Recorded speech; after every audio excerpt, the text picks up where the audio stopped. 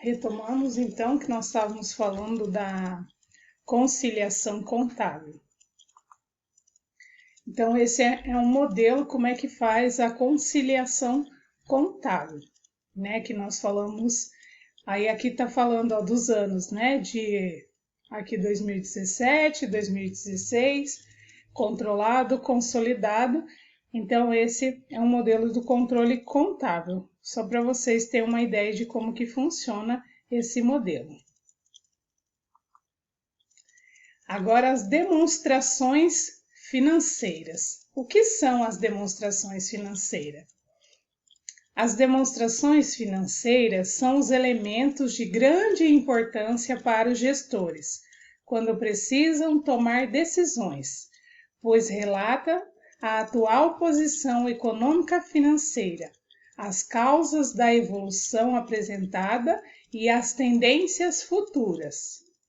As demonstrações financeiras variam de acordo com a constituição das organizações, isto é, sociedades anônimas, sociedades limitadas, sociedades simples, sociedades cooperativas, sociedade em comandita, entre outras a que podem exigir algumas especificidades nas demonstrações. Ou seja, em todas essas sociedades tem as demonstrações financeiras. A comandita que está marcado ali, que é um nome que a gente não ouve muito se falar, então é uma sociedade comercial em que parte dos sócios entra com capital sem participar da administração.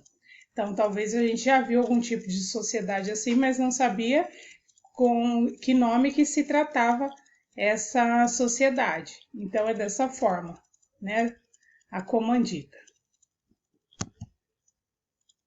Ao final de cada exercício social, ou seja, geralmente definido pelos proprietários da organização ou pelos cooperados nos estatutos sociais, as organizações devem apresentar como base na escrituração contábil as seguintes demonstrações financeiras, ou seja, o balanço patrimonial. Então, o balanço patrimonial, né, que é a sigla EUB e o P, a demonstração do resultado do exercício, ou seja, a DRE, a demonstração dos lucros ou prejuízos acumulados, que é a DLPAC, a demonstração dos fluxos de caixa, que é DFC, e a demonstração do valor adicionado, que é o DVA, e as notas explicativas. Além das demonstrações, existem também as notas explicativas como complementos das demonstrações contábeis, conhecida como as notas de rodapé. Então, não é só nos livros, né, que nós temos essas notas de rodapé. Depois de feito também essa demonstração contábil, também temos as notas explicativas, ou seja, as notas de rodapé, contendo o desdobramento de contas ou grupo, ou seja, a depreciação e etc. Aí, nesse caso, essa é uma saiba mais da apostila mesmo de vocês, a contabilidade e as cooperativas, as demonstrações das sociedades cooperativas. O Conselho Federal da Contabilidade publicou a Norma Brasileira de Contabilidade, que informa os procedimentos a serem observados para a contabilização das operações na cooperativa.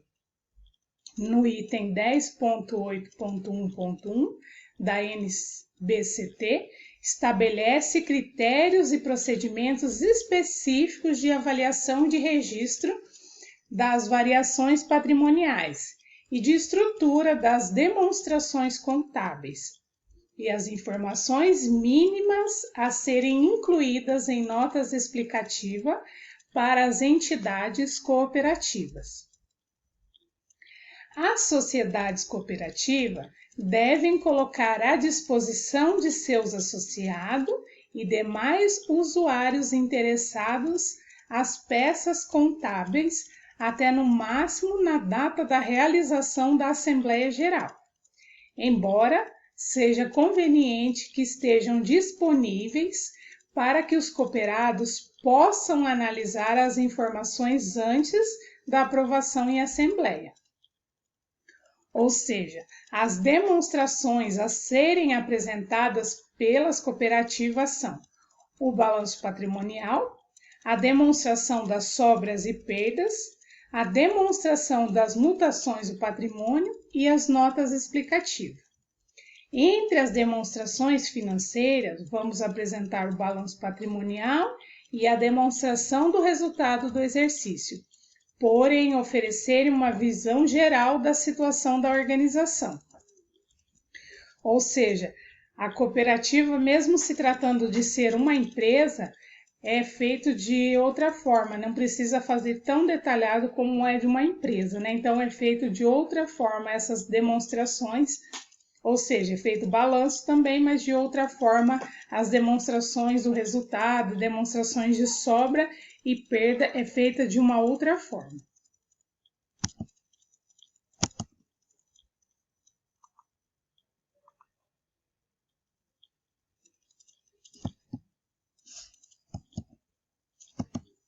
Agora, o que é o balanço patrimonial, ou seja, o BP, né, que é a sigla, é aquilo que nós vimos falando. Quando a gente já está há algum tempo trabalhando nessa área, a gente acaba decorando as siglas.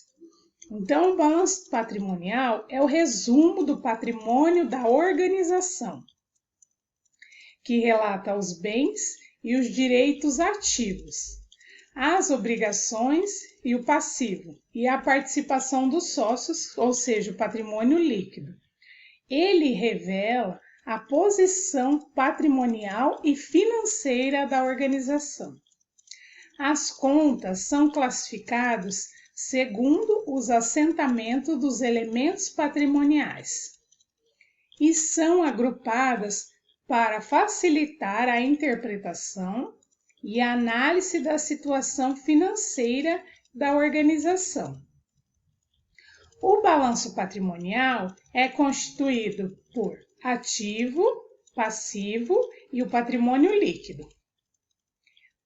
O grupo de contas do ativo deve ser alocado em ordem decrescente do grau de liquidez, enquanto as contas agrupadas do passivo devem ser alocadas de acordo com o prazo das exigibilidades.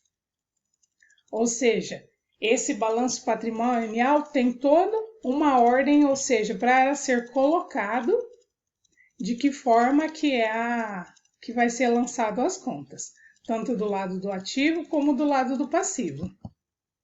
Então, é um modelo do balanço patrimonial para vocês verem, né? Então, o balanço patrimonial tem o lado do ativo e o lado do passivo. Então, ali nesse caso, o lado do ativo, o ativo circulante, daí tem ativo realizável a longo prazo, né? Aqueles que ainda vão. Tem o permanente, imobilizado. Por que imobilizado?